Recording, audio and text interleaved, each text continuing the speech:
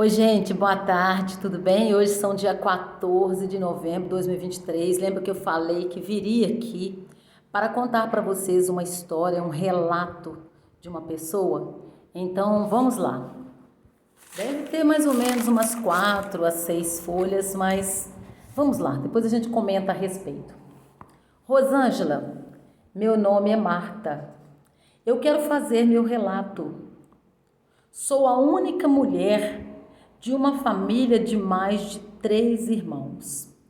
Meu pai, um homem muito rigoroso, à moda antiga, sistemático, e trabalhava no quartel. Minha mãe, uma mulher trabalhadora, muito caprichosa e cuidava de tudo. Tive muita atenção de minha mãe, do meu pai e meus irmãos. Brinquei muito, mas não tanto, pois meus pais eram muito seletivos com as minhas amizades. Mas na minha juventude, eu saía para divertir, ia a bailes, ia a um famoso clube na minha cidade. E tinha um clube na minha cidade com o nome, ela falou o nome do clube. Lembro-me de que aos sábados era dia de fazermos faxina na casa. Tínhamos que encerar a casa, tínhamos que passar a enceradeira, tínhamos que passar o escovão, o chão tinha que ficar brilhando. Enquanto isto, minha mãe cuidava dos outros afazeres da casa. Tínhamos que trocar os lençóis da cama. Como se não bastasse, tínhamos que também lavar as folhas das plantas. Na época, se usava muito uma planta chamada antúlio. Lavávamos aquelas folhas, as folhas tinham que ficar brilhando sem machucar as folhas. Passávamos ali uma água de pó de café para que as plantas, as folhas ficassem brilhando. Era cansativo, mas era bom. Tínhamos que varrer o terreiro, tínhamos que cortar vassouras para varrer o terreiro. A vassoura era de mato. Pegávamos um cabo de vassoura já usado, colocávamos uma latinha de massa de tomate e ali colocávamos aquela vassoura de mato. Varríamos o terreiro com toda alegria e ficava aquele cheirinho de mato que só quem morou na roça vai se lembrar deste cheirinho. Eu me cuidava muito e fui muito cortejada por vários rapazes. Eu era uma mulher muito exigente e independente.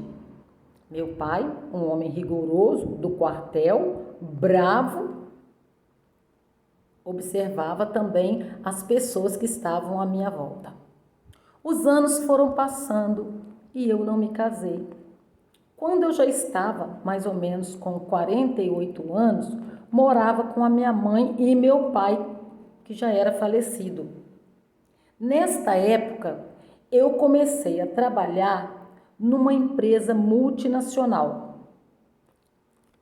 Nesta casa, morando em outro bairro, ou seja, nesta casa que eu morei quando eu era criança, depois que meu pai morreu, nós mudamos para outro bairro.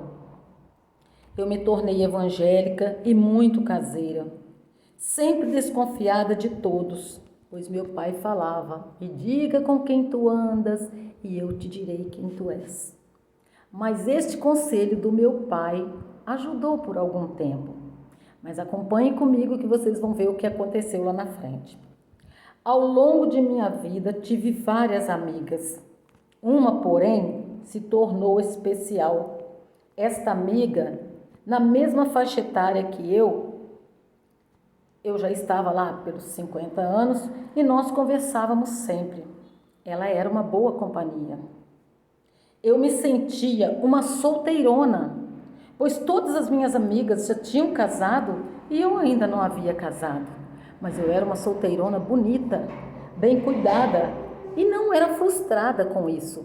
Mas não havia perdido a esperança de um dia encontrar alguém à minha altura. de meus irmãos morava perto da casa da minha mãe. E ele tinha uma filha, a qual eu ajudei a criar. Cuidei da minha sobrinha até mais ou menos uns 9 anos. Bom, agora chego de fato ao principal ponto do que eu quero relatar para vocês. Vamos lá. Com os meus 50 anos, ainda tinha esperança de encontrar alguém, pois me achava uma mulher bonita, conservada, muito bem tratada. Não tive muita sorte com os homens. Agora eu me tornei uma mulher evangélica, caseira, morava com a minha mãe. Um dia fui ao centro da cidade para resolver algumas coisas. No centro da cidade tem um parque com muitas árvores, banquinhos, laguinhos e peixes. O nome deste parque ela falou o nome do parque. Fui fazer hora, pois eu tinha coisas para resolver até o horário do compromisso. Assim que eu me assentei em um dos bancos desse parque, aproximou-se um rapaz. Pediu licença e pediu para sentar. Eu disse que sim, parecia-me um rapaz decente.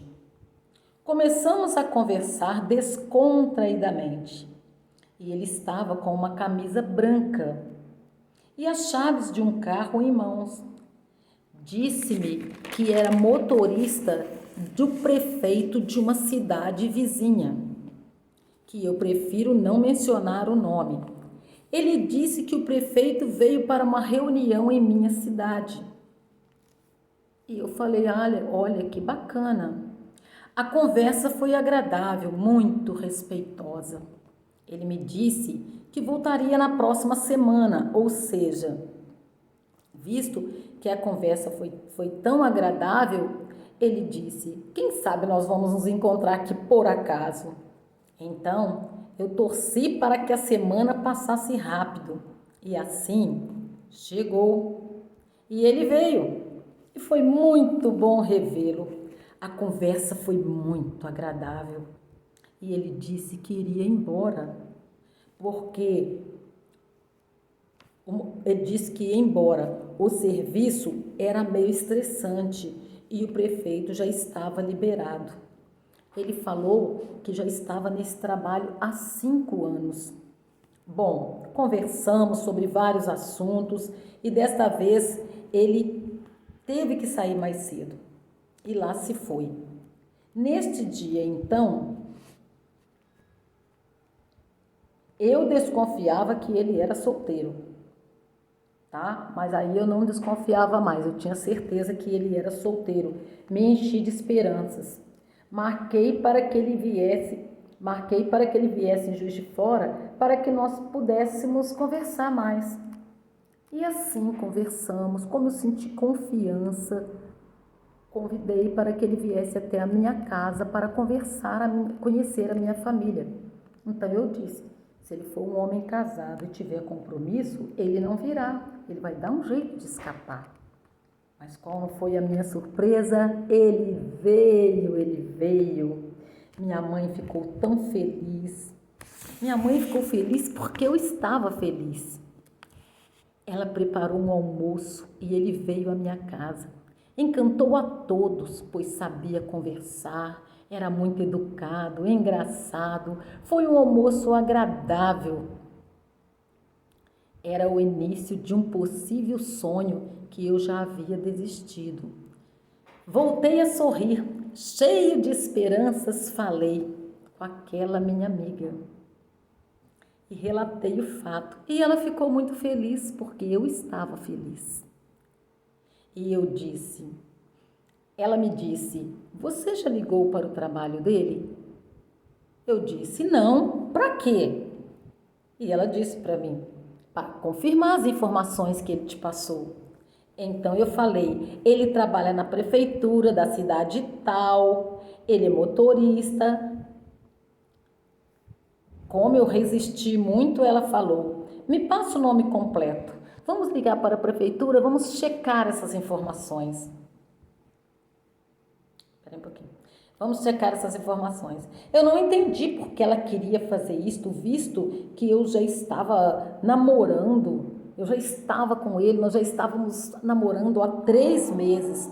Bom, ela não se deu por satisfeita. Vamos ligar para a prefeitura? Sim. E assim nós ligamos para a prefeitura. Qual não foi a nossa surpresa? Ela ligou para a prefeitura e quando ligou, alguém disse que ele havia saído. Compartilhei isto com a minha amiga e ela disse: vamos até lá, vamos sair da nossa cidade, vamos até a cidade vizinha, vamos à prefeitura checar as informações. Minha amiga tinha carro, então fomos na torcida para que tudo fosse um grande engano. E assim chegamos à cidade. Fomos direto à prefeitura. Eu entrei e perguntei por ele. E me disseram: não temos ninguém, não temos nenhum funcionário com este nome. Mas eu disse: não, vocês estão enganados. Ele trabalha aqui sim. Inclusive, ele é motorista do prefeito. O senhor que me atendeu disse: não tem ninguém aqui com este nome, minha senhora. Eu já comecei a não gostar. Minha amiga me disse: você lembra pelo menos o bairro aonde ele morava? Ele comentou com você? E eu disse para ela: bom, o bairro eu me lembro, porque não é um bairro muito comum de se ouvir falar. O nome do bairro se chama Pendura-Saia. Nem eu entendi o porquê desse nome. E lá fomos nós, na torcida para que houvesse um engano. Mas o meu coração estava começando a ficar apertado. Fomos parando e perguntando. Então chegamos ao local que nos informaram. Era um bairro muito simples. A casa dele ficava em um alto de morro, muito simples, com um telhado de amianto quase caindo. A casinha deveria ter uns 2 cômodos e uma senhora muito idosa estava nesta casinha. E eu perguntei: a senhora sabe quem falou o nome do sujeito? E essa senhora disse: é o meu filho. Então ela perguntou: ele está? Enquanto isso, minha amiga me esperava no carro. Do lado desta casinha tinha uma outra casinha, ou seja, um barraco. Eu digo isso, mas falo com carinho. Tudo me indicava que era a casa dele. Minha amiga ficou no carro e eu fui lá, pois precisava ver com meus próprios olhos aquele cara de pau mentiroso.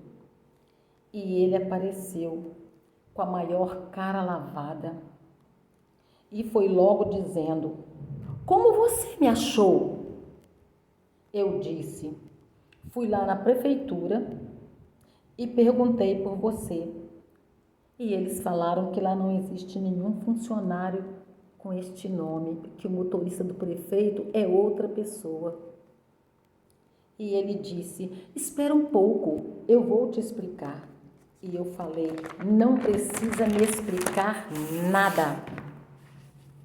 O que eu precisava saber, eu já sei. Desci aqueles barrancos com a sensação que não existia um chão para eu pisar.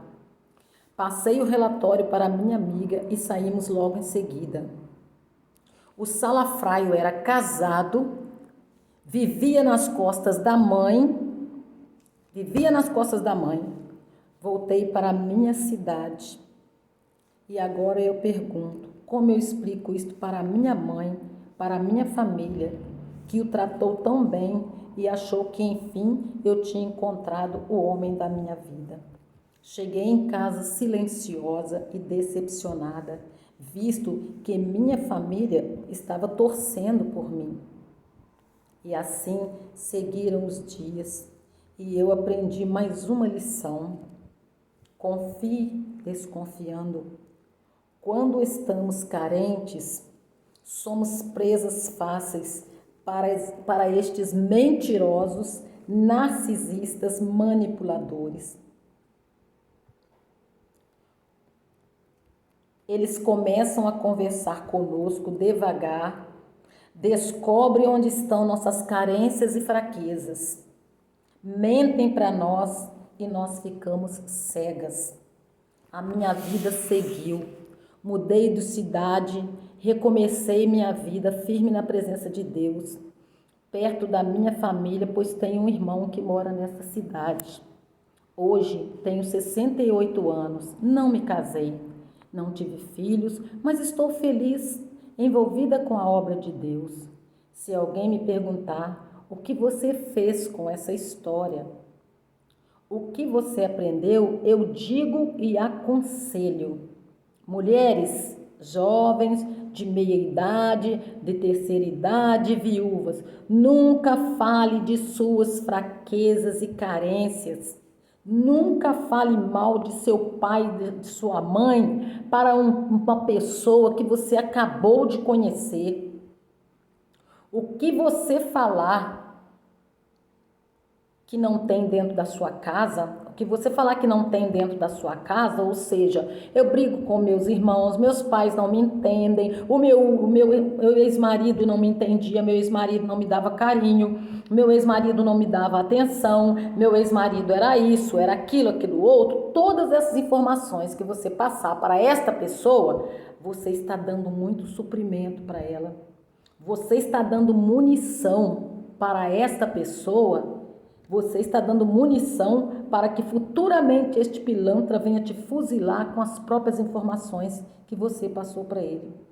Fique uma observação, mantenha sua boca mais fechada, ore a Deus, peça a Deus confirmação. Não seja fácil e fraca, pois depois de tudo isto, ele estará observando para te manipular sem medo. Se o seu relacionamento for de Deus, não haverá empecilhos e sua família dará apoio. Claro que existem casos e casos. Este foi o meu relato. Moral da história. Você viu com quantos anos a moça estava, né? E ela caiu ainda nas garras de um pilantra, né? Levou o rapaz para conhecer sua família, aquela coisa toda, e ele, não sei onde é que ele tirou aquele uniforme, aquela chave de carro, porque eu não sei se vocês sabem, existe chave de carro falsa. Você compra até no camelô, existe chave de carro falsa. Uniforme, qualquer um pode mandar numa costureira aí e mandar fazer um uniforme. Todas as informações que te passarem, cheque as informações. O que mais tem são narcisistas, pilantras, enganadores, que chegam te contando uma história, depois que você está bem cega, que você já enfiou o seu pé na jaca, você vai descobrir que muitas coisas estavam escondidas e você não viu. Algumas coisas você tem como reverter a situação e zerar tudo, mas tem coisas que ficam difíceis de zerar. Esta foi mais uma triste história que a vida conta. Se você quiser contar sua história aqui, manda para nós. Eu tenho certeza que muitas coisas que foram faladas aqui vão alertar muitas mulheres. Moças, mulheres que moram sozinhas, que sentem solitária, acabam de conhecer um calango aí, que vem cheio de mentiras e que vai fazer da sua vida um inferno. Vigia na terra, Brasil.